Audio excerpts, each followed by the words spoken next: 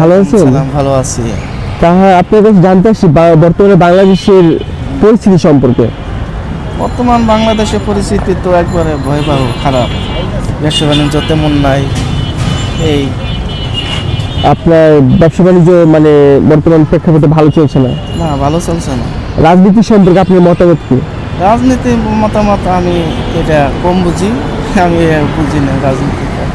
দেশের বর্তমানে আয় রোজগার সম্পর্কে আপনার মতামত কি?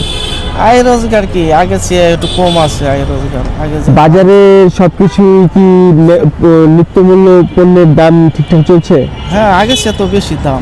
আগের চেয়ে বেশি দাম? আগের চেয়ে বেশি দাম। এই নিয়ে সরকারের কি করা উচিত আপনার মতামত কি?